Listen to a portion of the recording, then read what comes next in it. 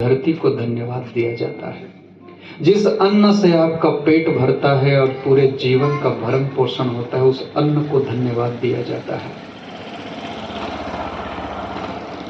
तो प्यारे बंधुओं एवं देवियों, ये मनुष्य का जीवन बड़ा अनमोल मिला है। मानुष जन्म दुर्लभ, बहुरी न दूजी बार, पक्का फल जो गिर पड़ा बहुरी न लागे डार। पका हुआ फल नीचे गिर जाता है तो वह दोबारा डाल पे नहीं लगता है। इसी प्रकार मनुष्य जीवन से जब ये जीव चूक जाता है तो दोबारा मनुष्य जीवन नहीं मिल पाता है। इसलिए सदगुरु कहते हैं, ये जीवन पाए हो तो खूब भक्ति कर लो, खूब सेवा कर लो, खूब पुण्य कमा लो और अपने स्वभाव को भी थोड़ा बदल लो। गुस्सा करने का स्वभाव है तो अपने स्वभाव को थोड़ा सरल बना लो, विनम्र बना लो। मुंह ऐंठने का स्वभाव है तो थोड़ा मुंह को जो है मुस्कुराने का स्वभाव बना लो, क्योंकि जितना ज्यादा आप मुस्कुराएंगे उतना अच्छा आपका स्वास्थ्य रहेगा। और मुस्कुराने का वरदान तो केवल इंसान को मिला है। चिड़िया मुस्कुराना चाहे, हंसना चाहे तो चिड़िया हंस नहीं पाती है, मुस्कुरा नहीं पाती है। वो अपनी मुस्कुराहट को, अपनी खुशी को इजहार नहीं कर पाती है, वो व्यक्त नहीं कर पाती है। जानवर भी अपनी खुशी को व्यक्त नहीं कर पाते हैं। लेकिन प्रकृति ने कितना ये सुंदर वरदान मनुष्य को मिला है। इनको कोई खुशी होती है तो मुस्कुरा करके और हंस करके लोगों के सामने व्यक्त करता है, कहता है कि मैं हंस रहा हूं, तुम भी मुझे हंसने में सहयोग दो।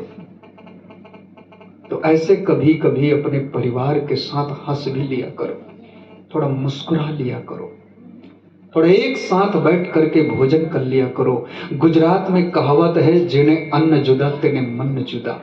आदमी एक साथ भोजन नहीं करता है तो धीरे धीरे धीरे धीरे धीरे जैसे अन्न एक साथ नहीं हो रहा है तो वैसे उनका मन भी एक साथ नहीं हो पाता है। जैसे अन्न जुदा जुदा करते हैं तो वैसे मन भी जुदा हो जाता है। इसलिए गुजराती आदमी जो है घर में ही एक साथ भोजन नहीं करते हैं। वो कभी कभी त्योहार नहीं रहता है फिर भी मित्र और रिश्तेदारों को बुला करके, बिना त्योहार के बुला करके एक साथ भोजन करते हैं। और गुजरात में एक और अजीब परंपरा है, वहां कोई किसी को परसता भी नहीं है। यहाँ हमारे छत्तीसगढ़ में तो खाने वाले अलग रहते हैं, परसने वाले अलग रहते हैं, लेकिन गुजरात में कोई परसने वाला नहीं रहता है। भोजन बना करके पति पत्नी और सास बहू देरानी जेठानी सब एक साथ भोजन बनाएंगे और एक साथ भोजन बना करके बीच हाल में पूरा सब व्यंजन रख देंगे, अब थाली रख देंगे और सब लोग गोल घेरा बना करके बैठ जाएंगे। हम लोग जाते हैं तो हम लोगों को भी साथ में बिठा लेते हैं। सब लोग एक साथ बैठ जाएंगे, सब लोग एक दूसरे की थाली परसेंगे। पत्नी पति की थाली परसेगा, पति पत्नी की थाली परसेगा, देरानी जेठानी की थाली परसेगा और जेठानी जो है देरानी की, सासू बहू की, बहू सासू की। ऐसे सब एक दूसरे की मिलजुल करके सब थाली परस लेते हैं और सब एक साथ मिलजुल करके खाना खाते हैं। इसलिए कभी कभी नहीं, ज्यादातर प्रयास कीजिए घर के लोग एक साथ हिल मिल करके भोजन करें। इसलिए गुजरात में कहावत है, जिन्हें अन्न जुदा तेने मन जुदा। जिनका अन्न अलग अलग हो जाता है उसका मन भी अलग हो जाता है। इसलिए एक साथ मिल करके प्रेम से जो है भोजन प्रसाद ग्रहण कीजिए और सम्मान भी बांटिए, एक दूसरे को सम्मान दीजिए। तो कुछ बातें मैं तत्व चिंतन पर कर देता हूँ 10 मिनट, उसके बाद अपनी वाणी पर विराम देता हूँ। बहुत से विषयों को लिया, व्यवहारिक, सामाजिक, कुछ आध्यात्मिक विषय ले लेता हूँ। अहं शुद्ध चैतन्य ज्ञानम स्वरूपम, अहं शुद्ध चैतन्य ज्ञानम स्वरूपम, अजर हम अमर हम अखंडम अनूपम, अजर हम अमर हम अखंडम अनूपम। जैसे आदमी घर से बाहर निकलता है, कितना बिजनेस करे, दुकानदारी करे, खेती करे, बाड़ी करे, रायपुर जाए, बिलासपुर जाए, बाग बहारा जाए, महासमुंद जाए, कहीं भी चला जाए, कहीं रिश्तेदारी में भी 2-4 दिन के लिए चला जाए, कहीं तीर्थाटन में भी 15 दिन महीना भर के लिए चला जाए, लेकिन अंत में उसको एक न एक दिन अपने घर, अपने स्वदेश, अपने घर लौटना ही पड़ता है, क्योंकि और कहीं ठिकाना नहीं है। भीखा पाली से हम गए हैं तीर्थाटन के लिए, तो 1 महीने का टूर है, और टूर जब 1 महीना पूरा हो जाएगा तो हमको फिर भीखा पाली के अपने घर में ही आना पड़ेगा। किसी काम से महासमुंद रायपुर गए हैं, दिन भर हम काम करेंगे, लेकिन शाम रात और उस रात को नहीं आए तो दूसरे दिन फिर अपने भीखा पाली के घर में आना ही पड़ेगा। कहीं रिश्तेदारी में, शादी में गए हैं, छठी में गए हैं, या अन्य कोई कार्य में गए हैं, वहां कोई ससुराल में कार्यक्रम है तो वहां पहले से गए हैं, तो 2-4 दिन कार्यक्रम होने के बाद में फिर हमको भीखा पाली अपने घर में आना ही पड़ेगा। 1 घंटा के लिए तेंदुकुना मार्केट गए हैं, उसके बाद अपने घर में आना ही पड़ेगा। दुकान दिन भर खोले हैं, दुकान बंद करके और दिन भर खेती करके अपने घर आना ही पड़ता है। इसी प्रकार से सद्गुरु कहते हैं कि हे इंसान, तुम ये हाड़ मांस के शरीर नहीं हो, तुम ये इंद्रिया नहीं हो, तुम ये चित्त मन बुद्धि चतुष्टय अंतःकरण नहीं हो, तुम ये शरीर नहीं हो, तुम इस शरीर से परे शुद्ध बुद्ध अविनाशी आत्मा हो। तो कभी अपने स्वदेश की ओर भी ध्यान में, समाधि में, स्वाध्याय के माध्यम से, चिंतन के माध्यम से, विचारों के माध्यम से कभी कभी अपने स्वदेश भी लौटा करो। यह देश तुम्हारा नहीं है, यह शरीर तुम्हारा नहीं है, तुम इस शरीर के हृदय मंदिर में विराजमान आत्मा के रूप में परमात्मा हो, जीव के रूप में शिव हो। खुद के अंदर खुदा का दीदार करो। तुम अजर अमर अविनाशी हो। अहम शुद्ध चैतन्य ज्ञानम स्वरूपम। तुम शुद्ध हो, तुम्हारे अंदर कोई विकार नहीं है। पापी से पापी आत्मा, मनुष्य की आत्मा और शुद्ध आत्मा में कोई अंतर नहीं है। बाहर से ये मैल थोपा गया है, बाहर से ये विकार मन में आवृत है। मन हट गया तो विकार हट गए। जैसे प्याज का छिलका निकालो, प्याज का एक छिलका निकालो, दूसरा छिलका निकालो, तीसरा, चौथा, पांचवा, छठवा, ऐसे सब छिलके निकालते जाओ तो एक समय ऐसा आता है प्याज नाम की कोई चीज ही नहीं रहता है। प्याज का अस्तित्व ही खत्म हो जाता है। प्याज तब तक है जब तक वो छिलका का वो समुच्चय है। एक छिलका दूसरे छिलके में चिपका हुआ है, तब तक प्याज है, और सभी छिलके उतार दो तो प्याज खत्म है। इसी प्रकार से ये विचारों का समुच्चय, इच्छाओं का समुच्चय, वासनाओं का समुच्चय ये मन है। विचारों के छिलके उतारते जाओ ध्यान, समाधि, त्याग, वैराग्य, स्वाध्याय के द्वारा, तो सभी विचारों के छिलके जब उतर जाएंगे तो मन नाम की कोई चीज ही नहीं रहेगा। केवल फिर शुद्ध बुद्ध अविनाशी आत्मा ही रहेगी। इसलिए कभी कभी अपनी आत्मा का भी ध्यान करो, अपनी आत्मा को समझो। तुम कौन हो? तुम शुद्ध बुद्ध अविनाशी हो, तुम अजर अमर अविनाशी हो। नैनम छिन्दन्ति शस्त्राणि नैनम दहति पावकः न चैनम क्लेदयन्त्यापो न शोषति मारुतः। इस आत्मा को अस्त्र शस्त्र काट नहीं सकती है, नहीं सकती है।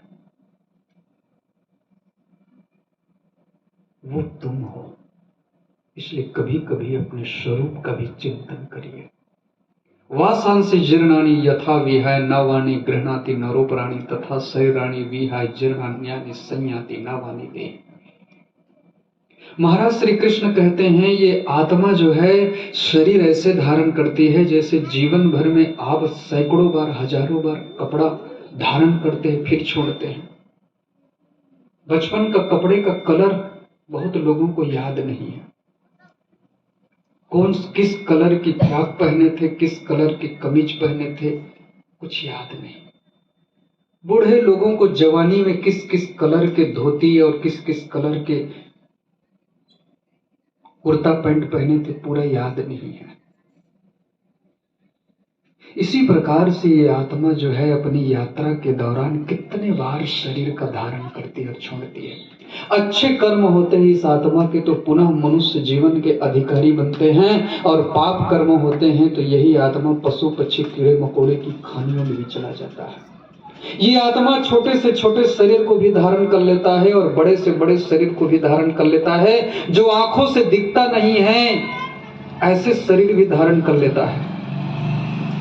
जीवाणु, कीटाणु, अबीमा, छोटे छोटे जीवाणु हैं जो आंखों से दिखता नहीं, और बड़ा से बड़ा शरीर हाथी, और हाथी से भी बड़ा शरीर मछली, ऐसे शरीर को भी धारण कर लेता है।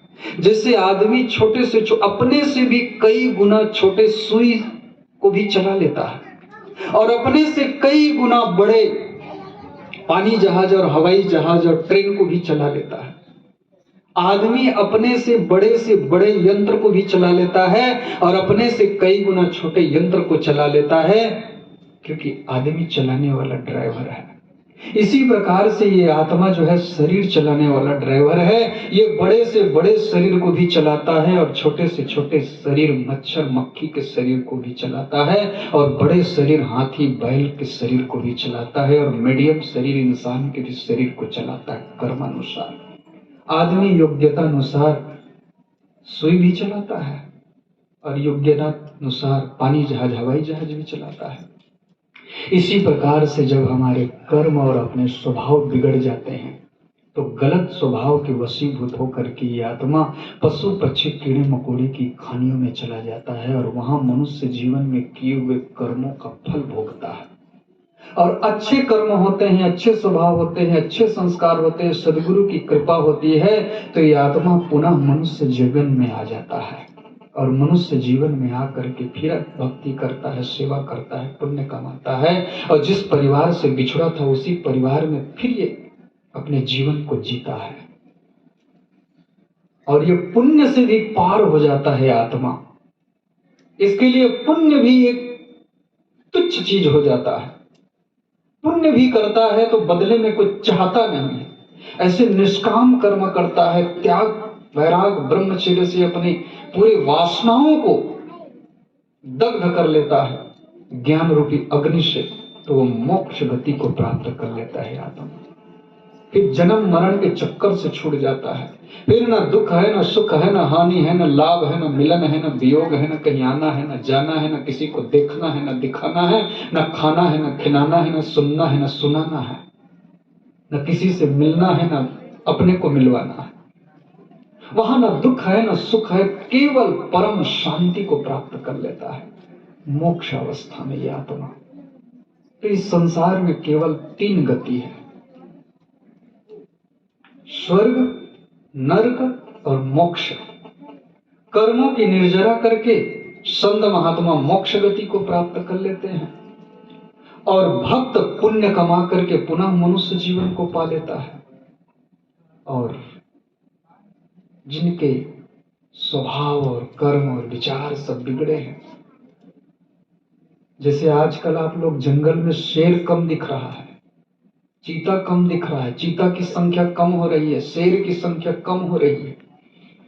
ये सब शेर खानी और चीता खानी के सब जीव जो है अफगानिस्तान और पाकिस्तान और न जाने कहां कहां सब पैदा हो गए। प्रकृति ने एक बार उसको मनुष्य जीवन दे करके मौका दिया है कि ये मौका तुमको एक बार दिया जा रहा है, तुम अपना कल्याण कर लो करके, लेकिन वो जिस खानी से आए हैं उसका असर जाता नहीं है, आदत छूटती नहीं है। इसलिए सदगुरु कबीर साहब कहते हैं मार्ग तो कठिन है, शरीर छूट जाता है, 1 बार नहीं, 1000 बार नहीं, लाख बार नहीं, करोड़ बार नहीं, अरब बार नहीं, अनंत बार शरीर बदल जाता है, लेकिन जीव का स्वभाव नहीं बदलता है।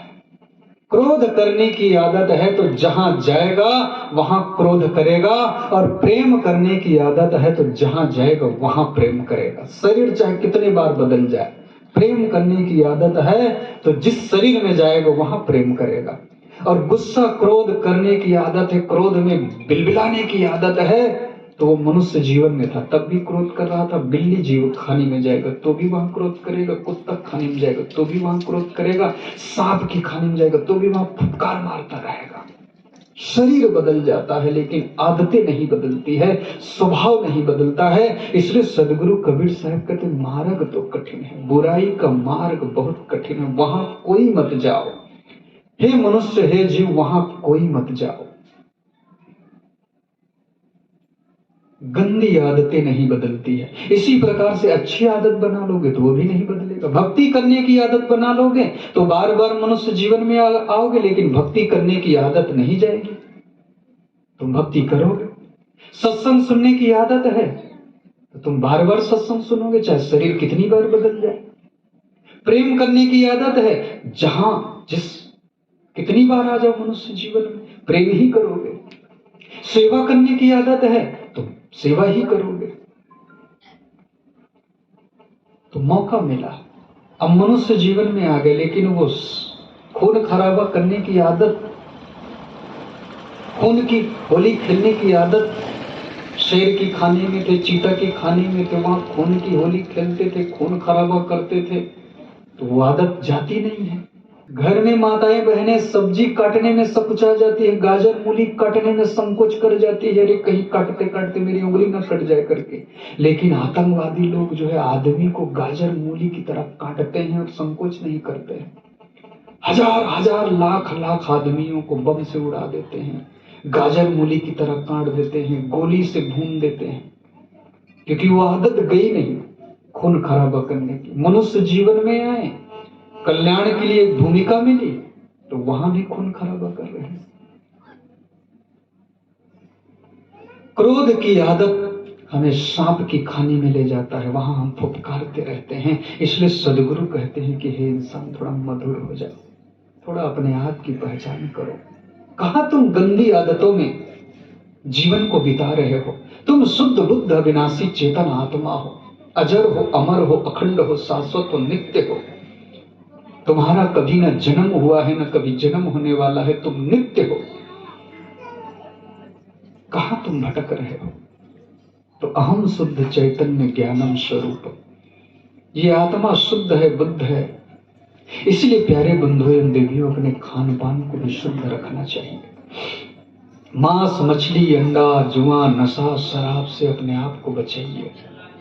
शराब पीने की लत लग गई तो आदमी का किडनी फेल हो जाता है, लीवर खराब हो जाता है, पूरा शरीर खराब हो जाता है, अतड़ी गल जाती है, लेकिन वो दारू पीना नहीं छोड़ता है। डॉक्टर मना करते हैं, माँ बाप मना करते हैं, लोग मना करते हैं, परिजन मना करते हैं, मौत को गले लगा लेता है, लेकिन वो आदत छूटती नहीं है।